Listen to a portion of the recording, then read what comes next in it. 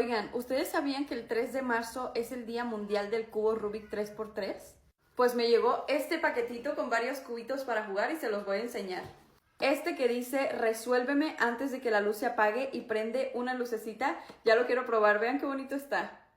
Este me emociona muchísimo porque es con Tetris, vean qué bonito está, tiene su stand incluido. Ay, qué bonito.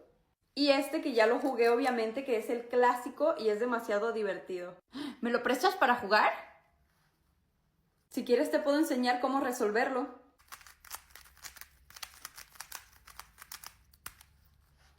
Listo.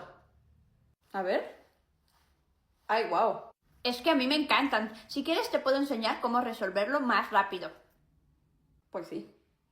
También me enviaron esta bolsita que voy a usar para guardarlos. Vean qué cute está. Comenta cuál de estos tres es tu favorito y cuánto tiempo crees que tardarías en resolverlo. Los voy a estar leyendo. Gracias Rubik's Cube por el detallito.